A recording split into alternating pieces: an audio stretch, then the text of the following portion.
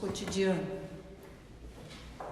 E assim, nessa reflexão que a gente vai fazer, a gente pede permissão para Jesus, para os bons espíritos, para os espíritos que coordenam essa casa, para a gente iniciar essa conversa.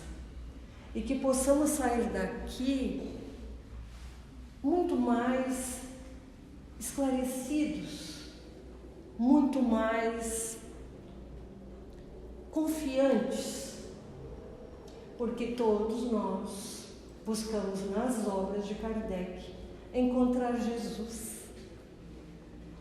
Porque toda vez que nos debruçamos sobre as obras básicas, não devemos nos esquecer que todos os 5 livros, todo o Pentateuco, é uma proposta de esclarecimento do Evangelho de Jesus.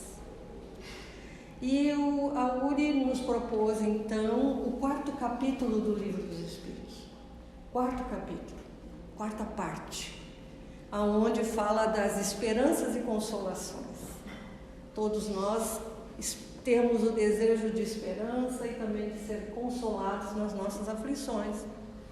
E o próprio Kardec vai dividir em dois instantes, 2 itens, penas e gozos terrestres, penas e gozos futuros. A nossa parte hoje, fala de uma questão mais ampla, onde vai falar na questão 963 e 964. Penas e gozos, ou penas e recompensas. Alguns livros falam gozo, outros falam recompensa.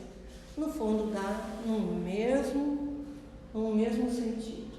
Então, que Jesus nos proteja, nos ampare e nos inspire. E nessa proposta, talvez o título mesmo precisa ser pensado. Intervenção. O que é uma intervenção? Intervenção é o ato de interceder, interferir. Então, seria a interferência de Deus nas penas e nas recompensas, nos gozos das nossas vidas. E vai ser muito importante a gente entender esse mecanismo, porque até mesmo quando a gente fala em penas, a gente já está começando a entrar num diálogo meio jurídico. E nessa proposta de entender essas intercessões, eu fui buscar no dicionário o que para um advogado, um juiz, quer dizer intercessão.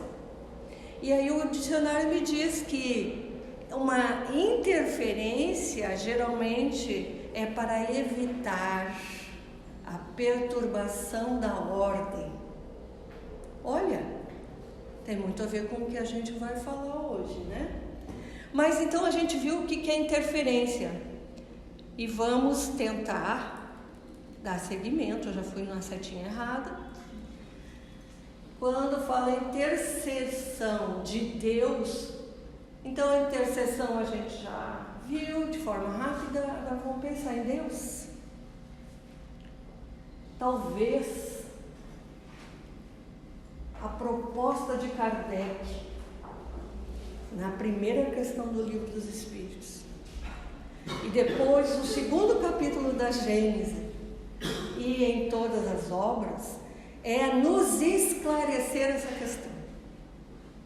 Porque a primeira questão do Livro dos Espíritos foi formulada assim por Kardec: que é Deus? Só a pergunta já traduz muita coisa. Ele não perguntou quem é, ele perguntou o que é. Então, para nós, seres humanos, que tínhamos Deus cultuado de várias formas durante a história do ser humano aqui na Terra, nós ainda víamos Deus de uma forma muito humana. A gente costumou a falar que somos semelhança de Deus. Só que a gente pensa em corpo físico. Porque somos semelhantes sim, mas em espírito. E em espírito é que a coisa vai começar a funcionar de uma forma que vai dar uma extensão de horizonte maior do que nós imaginamos. Então, os espíritos respondem que Deus é a inteligência suprema, a causa primária ou primeira de todas as coisas. Quando nós pensamos assim, aquele velhinho de barba branca, sentado num trono com um cajadinho na mão, olhando para as ações de todos nós, para penalizar ou para recompensar, isso começa a mudar. Porque o Deus que Kardec nos oferece uma visão tão diferente dele, que ele não tem mais perna, não tem mais braço, não tem mais nem corda vocal. E para reformular isso tudo na nossa maneira de pensar, vai levar um longo tempo. Porque a maioria de nós ainda lê as obras, ainda pensa nas mãos de Deus, no coração de Deus. A gente precisa trazer para o concreto para poder entender algo que é muito maior do que isso.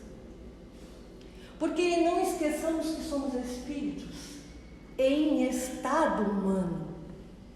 E Deus é infinito e Ele não muda nunca, Ele é. Ele não tem mudança para o passado nem para o futuro. Ele sempre foi assim. Então, nós, espíritos em estado humanizado, é que vamos mudando. E nesse processo dizer que a gente é semelhante a Ele, daqui a pouco, como vai ser isso? Porque quando a gente pensa na hierarquia dos espíritos, vai chegar um momento que não se tem mais corpo também. E aí a gente também pensa assim,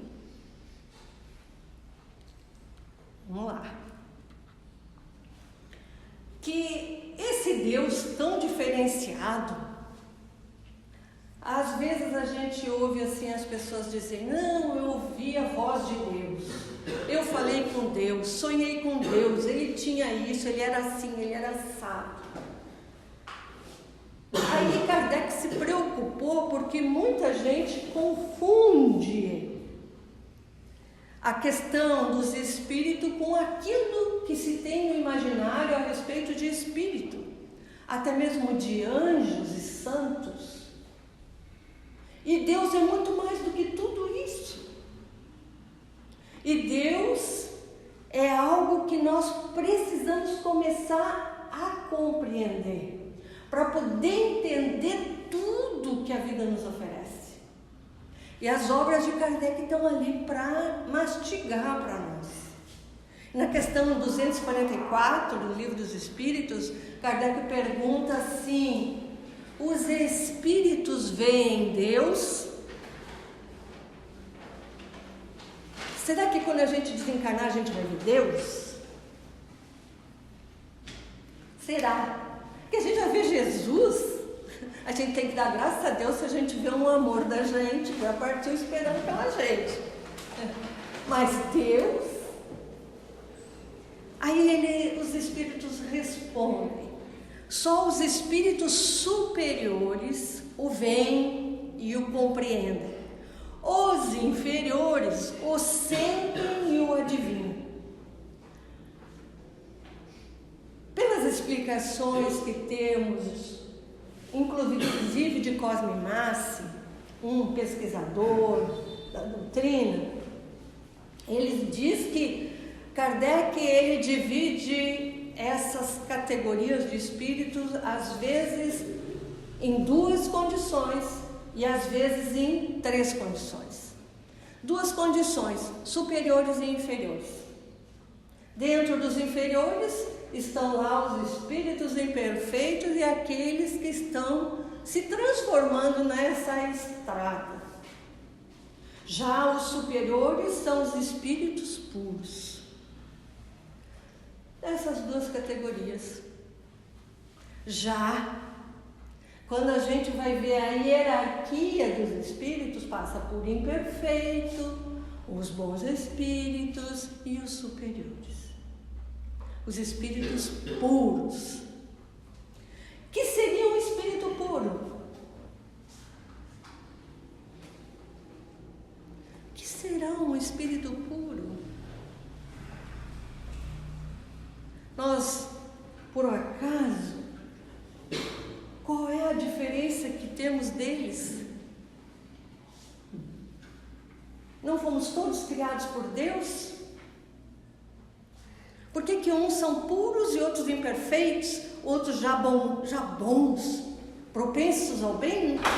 Daqui mais para frente, mas já estão vivendo o bem de forma mais efetiva, que são aqueles que vivem nos mundos ditosos, os bons espíritos. Quando a gente começa a pensar um pouquinho mais, estudar a respeito de tudo isso, que é por isso que a gente se debruça sobre as obras, é por isso que a gente pesquisa aqui, pesquisa ali, para não pegar as coisas e dizer assim, eu aceito isso, porque na verdade eu não entendo muito bem, mas tu está dizendo, deve ser. A doutrina dos espíritos, ela faz o seguinte com a gente: você é aquele que tem as rédeas do teu destino. Você vai receber todas as orientações possíveis, mas só se torna de verdade alguém sábio é aquele que não apenas segue placas, livros, palestras, vídeos, seminários, mas aquele que vive aquilo que está aprendendo. Então esses espíritos puros são aqueles que já trilharam um montão de tempo nessa estrada evolutiva e já galgaram essa categoria. Nós ainda somos da terceira categoria, espírito imperfeito.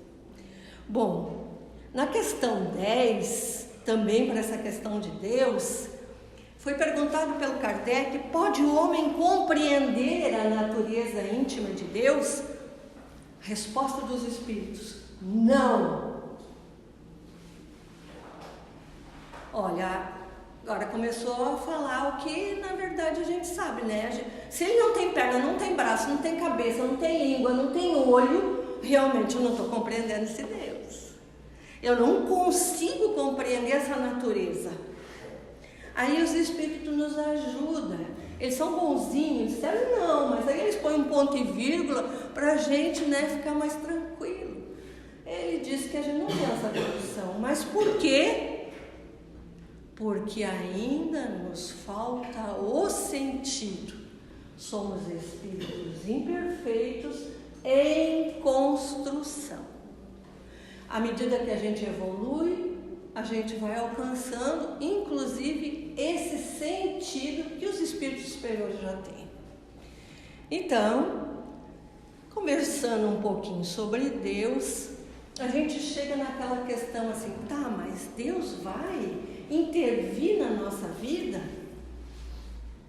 Ele se preocupa conosco? Aí na Gênesis, no item 20, está lá uma frase assim: a providência é a solicitude de Deus para com as suas criaturas. Ele está em toda parte, tudo vê e não tem olho. A tudo preside, mesmo as coisas mais mínimas.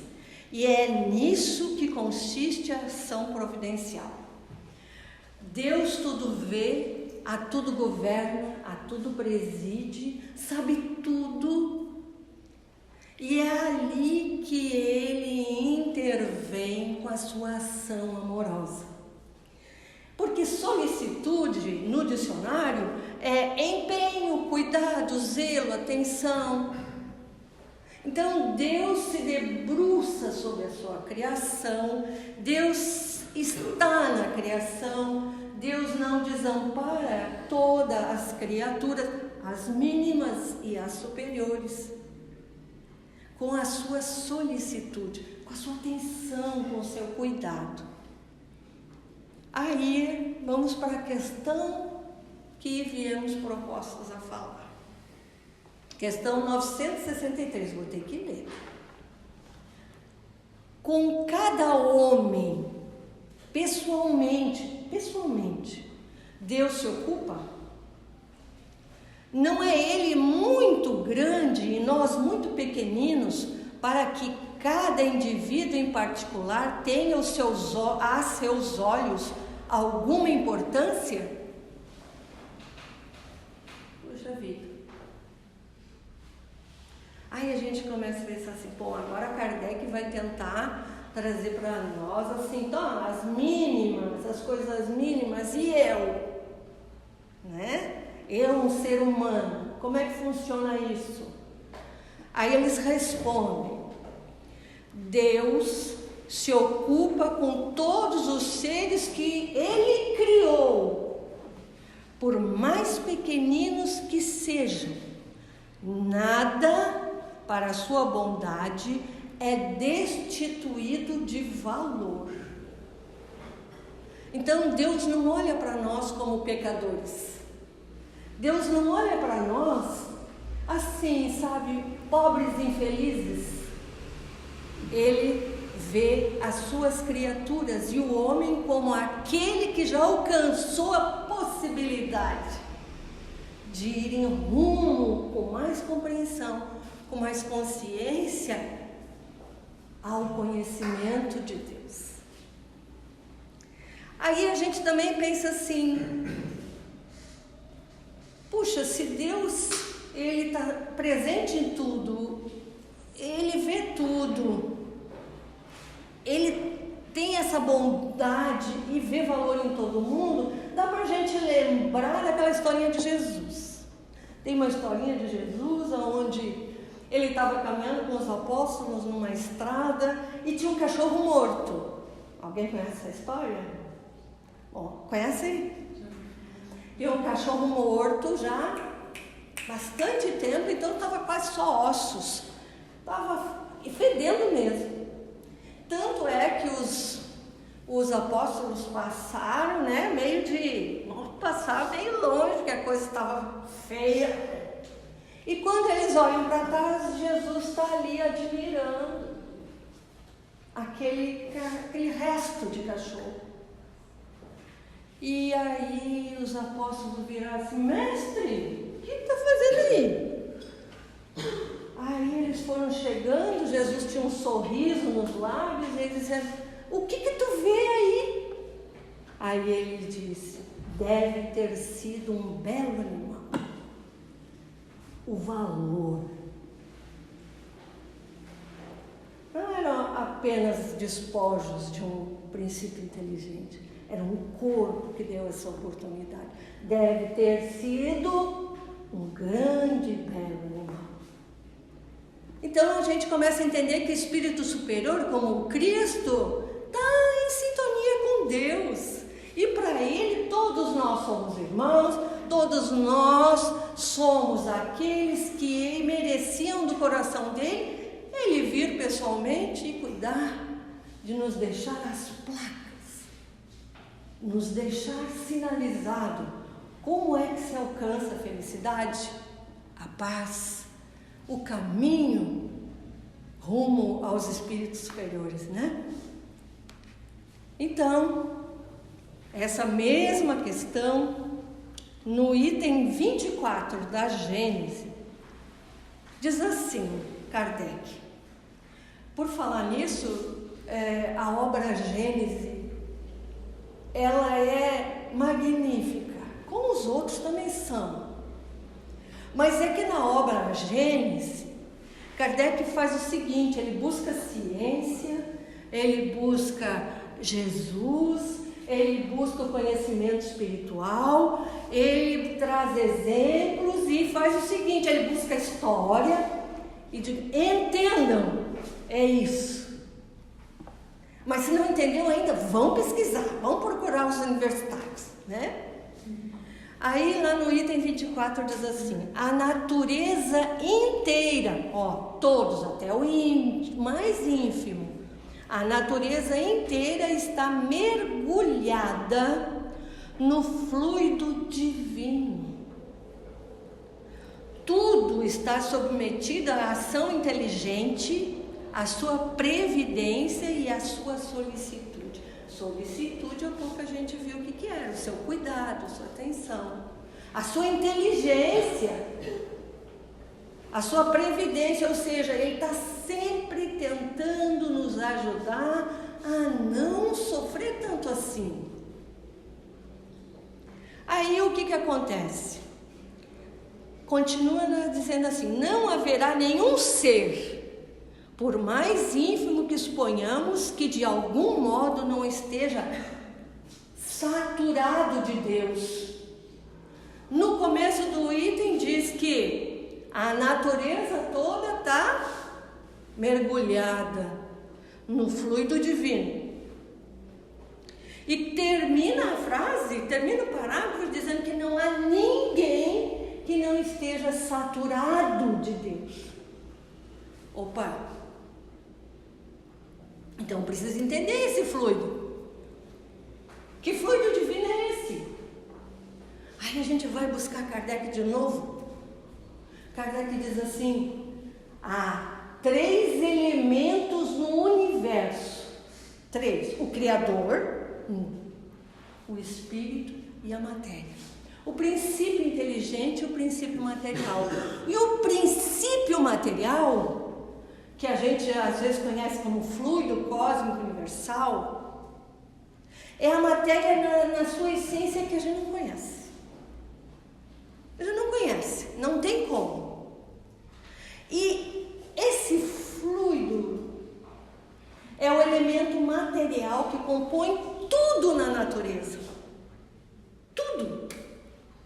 Desde a formiguinha, desde o grão de pó, desde nós, a árvore, o oceano, tudo é transformação do fluido cósmico, dessa matéria elementar.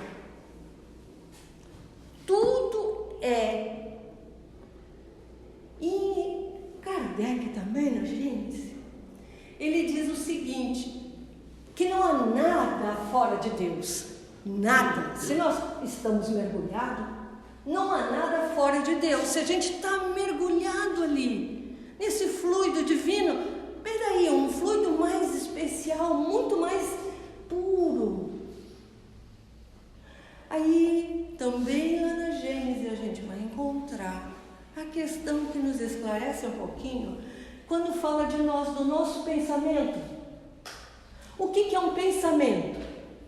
Pensamentos são ideias empacotadas com os nossos sentimentos e que se transformam em alguma coisa.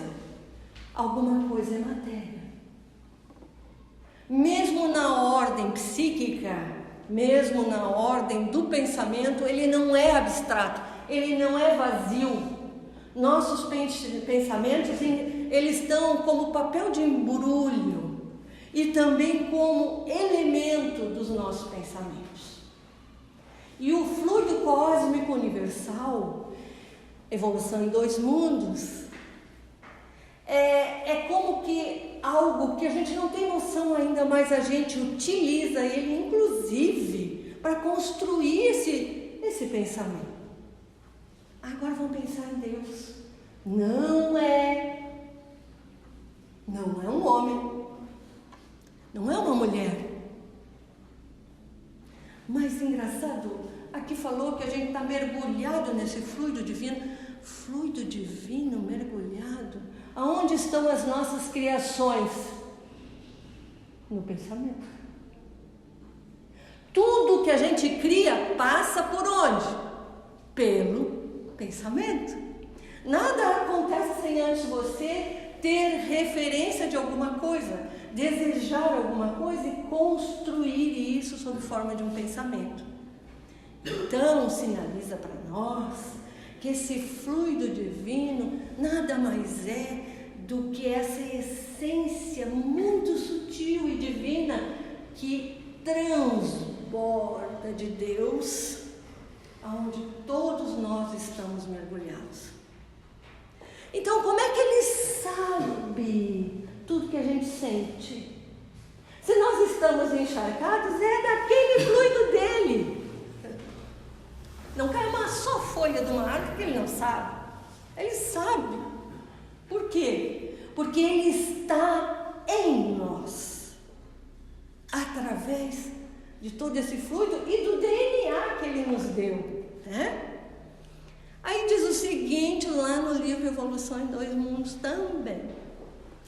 Plasma divino. Plasma, o que é um plasma? Um fluido. Plasma divino, fluido cósmico, é a força em que todos vivemos, nos ângulos variados da natureza.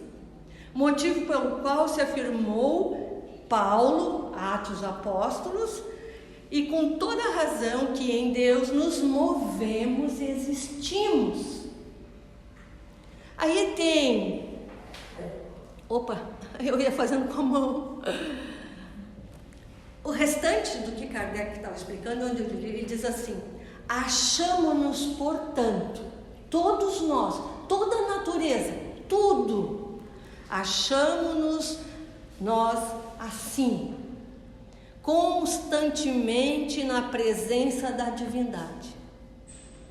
Não lhe podemos subtrair ao olhar nenhuma nossa ação. O nosso pensamento está em contato com o seu pensamento, havendo, pois, razão para dizer que Deus vê os mais refolhos de nosso coração. Estamos nele como ele está em nós, segundo as palavras do próprio Cristo. Bom, e a questão 964? Mas será necessário? Pergunta Kardec. Vamos dizer que eu já comecei a entender. Agora, na 964, ele pergunta o seguinte: mas será necessário que Deus atente em cada um de nossos atos para nos recompensar ou punir? Esses atos não são, na sua maioria, insignificantes para Ele? Tudo bem, Ele está presente, Ele sente, Ele sabe o que a gente está sentindo. A gente pensa, e quando pensa, está lá rechadinho, o quê? Nossos sentimentos. Ele sabe. Mas será que interessa para Deus? Olha a nossa imagem. Aquele velhinho com o cajado na mão, olhando para quem está fazendo certo e errado, para recompensar o punir. Kardec sabia que era essa a ideia de religião naquele tempo, que precisava ser revista, que precisava a gente refletir, porque o Deus que ele estava apresentando era de uma forma estrondamente e infinitamente diferente. Aí ele faz essa pergunta simples: bom, tu me disse tudo isso de Deus, agora eu vou assim. Ele vai se interessar pelas bobagens que a gente faz? Aí vem a resposta que para mim assim é chave. Deus tem suas leis. Deus tem suas leis a regerem todas as vossas ações. Se as violais, vossa é a culpa. Indubitavelmente, quando um homem comete um excesso qualquer, Deus não profere contra ele um julgamento. Não está lá para fazer isso. Dizendo-lhe, por exemplo, foste guloso, vou punir-te. Deus, ele traçou um limite, Gente, a gente tem um limite. As enfermidades e muitas vezes a morte são consequência dos excessos. Eis aí a punição. É por isso que vocês imaginam ser punição, porque adoecem, porque pode morrer, devido ao quê? Excesso, de toda ordem. Eis aí a punição é resultado da infração da lei, assim é tudo. Vamos lá, vamos tentar entender isso com algo que a gente pode entender melhor. A gente está numa estrada com 2 pistas, andando de carro. A estrada de 2 pistas, no centro não tem aquela faixinha, quer dizer, não passa lá. E tem aquela outra que mostra o acostamento, não tem aquela contínua, né? Nem está com o nosso carro. A gente tem um limite, não tem? Se eu passar desse limite, o que pode acontecer? Um acidente. E aí a culpa é de quem? Nossa. Pelo excesso de confiança, pelo excesso de desleixo, por tudo mais que a gente excede muitas vezes. E assim é tudo na nossa vida. A gente tem um limite. O problema é que a gente costuma exceder. Não é porque de repente sabe quando a gente vai no médico, e quem já foi no médico para coração, sabe que o médico diz assim, mas agora você tem que mudar seus hábitos. Aí tu diz assim para ele, mas eu não vou poder mais comer aquele meu churrasquinho, aquela carninha que eu tanto gosto, aquele gordinho. Aí o médico diz assim, não, faz tudo direitinho, faz o exercício, toma os remedinhos, evita durante a semana, uma vez ou outra não vai fazer mal. O excesso é que é o problema. Vocês estão entendendo? Bom, seguindo em frente, Kardec tem uma observação muito interessante que nessa mesma questão ele nos traz. Ele diz assim, todas as nossas ações são submetidas então a essa lei de Deus. Nenhuma delas há, por mais insignificante que pareça, que não possa ser uma violação daquelas leis. Se sofremos as consequências dessa violação, só a nós devemos nos queixar, que desse modo nos fazemos os causadores da nossa infelicidade ou da infelicidade futura. Deus é mais previdente. Como assim? Quer dizer que se eu estou indo muito para cá, para ir para outra pista, ele manda recado. Quem faz isso? A gente já ouviu falar de anjo guardião, né? Espírito familiar. Às vezes, opa, sinal vermelho volta. Não, tu sabe que não pode. Tu sabe que não deve. Ah, não estou nem aí. Aviso a gente ganha. Às vezes sonha, né? Sonha com alguma coisa que você está pretendendo fazer. Ó, não é bem assim. Pensa um pouquinho. Mas a gente faz do nosso jeito. Então ele providenciou o quê? Um auxílio para você pensar. Mas também ele nos diz o seguinte, Kardec. Apesar de tudo isso, ele ainda faculta sempre ao homem novas existências, recursos para reparar os excessos. Isso é Kardec. Parece que ele está falando de hoje, né? Parece. Mas então falou assim, lei, julgamento, impunição. O que é lei natural? Que lei é essa? Que lei é diferente, lei natural e lei divina? São duas leis? Os Espíritos respondem. Eles dizem na questão 614, o que se deve entender por lei natural? Eles dizem, a lei natural é a lei de Deus. Aí Kardec também vem em nosso auxílio dizendo o seguinte, assim, ó, entre essas leis divinas e naturais, umas regulam o movimento e a relação da matéria bruta, as leis físicas, cujo estudo pertencem ao domínio da ciência.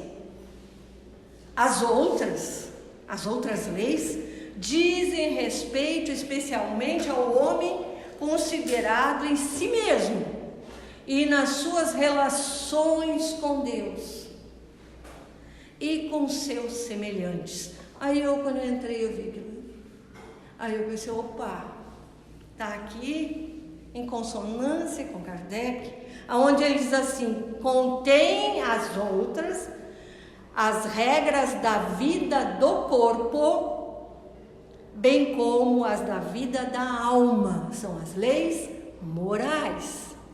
Portanto, existem dois tipos de regras, constituindo a lei natural divina: as que regem a matéria e as que regem ao espírito. Aí tem uma questão que é capciosa, 621. Kardec pergunta, onde está escrita essa lei? Aonde está escrita a lei de Deus? Se a gente vai perguntar para um muçulmano, onde é que ele vai dizer que está? No Alcorão. Se a gente vai perguntar para um católico, protestante, evangélico, seja o que for, aonde está a lei de Deus? Na Bíblia.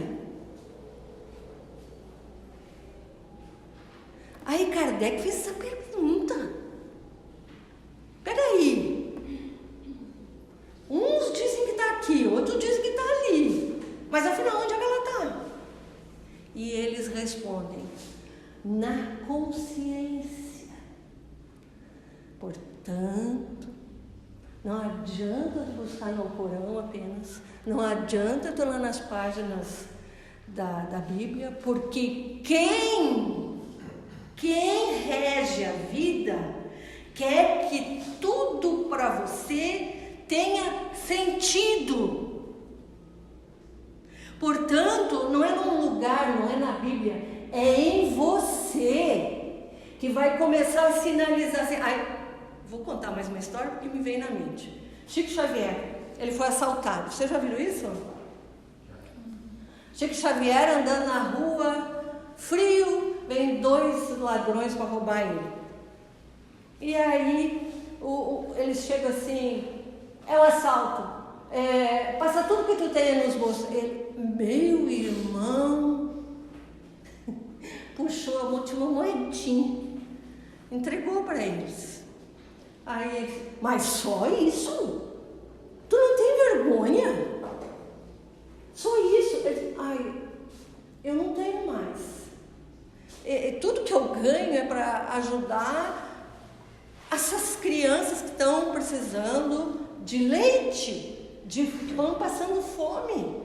Então o meu salário é quase que só para ajudar essas pessoas. Eu não tenho mais dinheiro. Quer meu casaco? Vou levar meu casaco. Estava ventando. Aí o que era um pouquinho mais consciente disse assim, espera aí, o senhor é o Chico Xavier? Ele disse que Chico pensou assim, pronto, agora eu vou apanhar. Aí Chico diz assim, Aí ele disse, aí ele virou assim, entregou a moeda de volta e disse, sabe, eu já fui uma dessas crianças.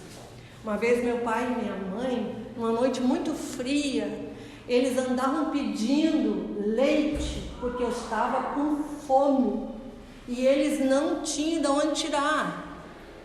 Aí eles saíram a pedir, ninguém. Olha a solicitude de Deus. Bateu, meu pai bateu. E essa história meu pai contava sempre, seu Chico. Ele bateu numa casa e quem atendeu foi o senhor. E era tão frio que ele mandou entrar, porque não dava para ficar na porta. Ele sentou e eles explicaram a situação.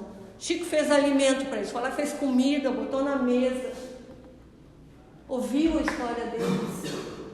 Foi lá na prateleira onde tinha os leites das crianças, buscou leite e entregou para eles. Ele disse: eu não morri, seu Chico, também por causa do Senhor. Eu não posso roubar o Senhor, porque eu vou estar roubando de quem um dia salvou minha vida. Aí ele virou para o ladrão assim: dá o teu dinheiro para ele. Quê? Não, vamos dar o dinheiro para ele. Aí, mano, espera aí, meu. Se tu quiser dar o teu, tu dá o meu, vou dar isso. Não, dá. E aí eles entregaram, o outro resmungando, mas deu. Aí Chico disse para ele assim: eu vou fazer desse dinheiro uma caridade. Eu vou comprar mais leite para as crianças. Aquele leite que eu dei para ti vai reverter em outros leites.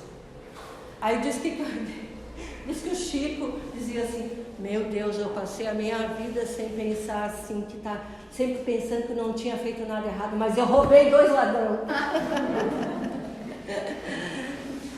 Mas a consciência é nela aquele peraí, certo e errado, saber isso tudo, né? Então, tem uma frase, na verdade é um pensamento para nós encerrar. Ele é de Emmanuel também, no livro Oração e Atenção, ou melhor, é no livro A Luz da Oração, o texto é Oração e Atenção. Emmanuel diz o seguinte, lá no finalzinho do texto, que é bem grandinho. Ele diz: recordemos o Divino Mestre e estejamos convencidos de que Deus nos atende constantemente, imprescindivelmente. Entretanto, fazer silêncio no mundo de nós mesmos, esquecendo exigências e desejos, não só para ouvirmos as respostas de Deus, mas para também possamos aceitá-las.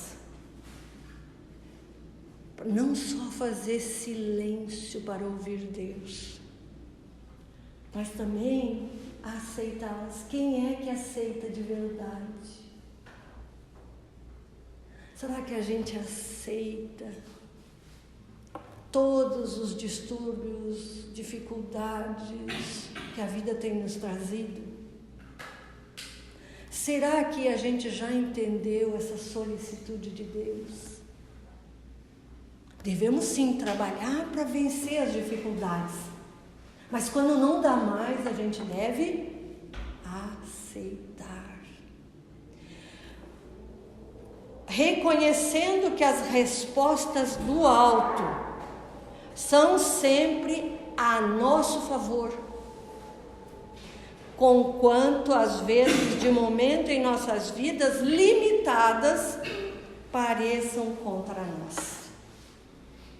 Para nós entendermos esse Deus que Kardec nos trouxe, esse Deus que antes tinha corpo, tinha cabelo branco e que ficava olhando para nós para punir ou recompensar, é um Deus de amor, infinitamente justo, e é essa a justiça que preside nossas vidas. O problema é a nossa limitação. Não conseguimos ainda compreender esse Deus, mas existe uma maneira. Diz também Allan Kardec, com o auxílio dos Espíritos, lá na Gênesis e também no Livro dos Espíritos. se há alguma maneira dos espíritos inferiores entrar em contato com Deus, eles dizem, os inferiores, eles podem senti-lo e adivinhá-lo. Como assim sentir? Porque Deus é presença na nossa vida. A gente está mergulhado e saturado dele. Deus é presença na nossa vida. O problema é a nossa visão curta ainda. Nossos sentidos ainda são muito grosseiros. E nós ainda queremos, muitas vezes, degladiar com Deus. E nessa proposta de intervenção de Deus nas penas e recompensas, seria um momento onde Kardec está querendo nos dizer assim: entende? Deus te ama. Não esquece, Ele te ama. E que esse amor possa nos encher o coração de esperança, consolar nos momentos difíceis e também nos sentirmos felizes por estar na jornada, porque vai chegar o tempo que a gente vai poder vê-lo. Que assim seja. Que Jesus nos ampare, fortaleça e auxilie sempre.